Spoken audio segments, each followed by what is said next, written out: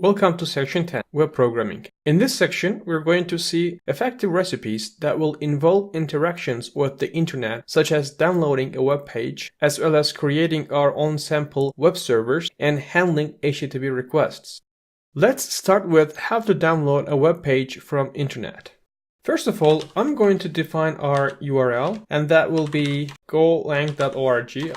And I'm going to use HTTP package to get the content of this URL, and that returns two things. The first one is response, and the second one error, as always. And here I'm gonna say get, and here we're gonna provide the URL. If you look at the documentation here real quick, you see that it issues a GET request to specify URL, and also it returns some of these HTTP code based on the response. If an error happens, we're going to panic, so here we say panic, and we're gonna supply the error as its parameter. When everything is done, we're just gonna close the body here. I'm going to read it by using IO utility, and that has read all.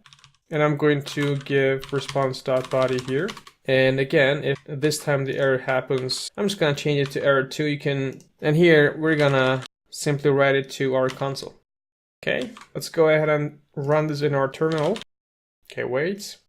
Now, as you see, it is a byte array. So look at this, and you'll see it's a byte array. So we're gonna change it to string like that. Okay, now let's run again. Perfect. Now we have this HTML source code printed out to our console. And that is how you can simply download a web page from internet using Go.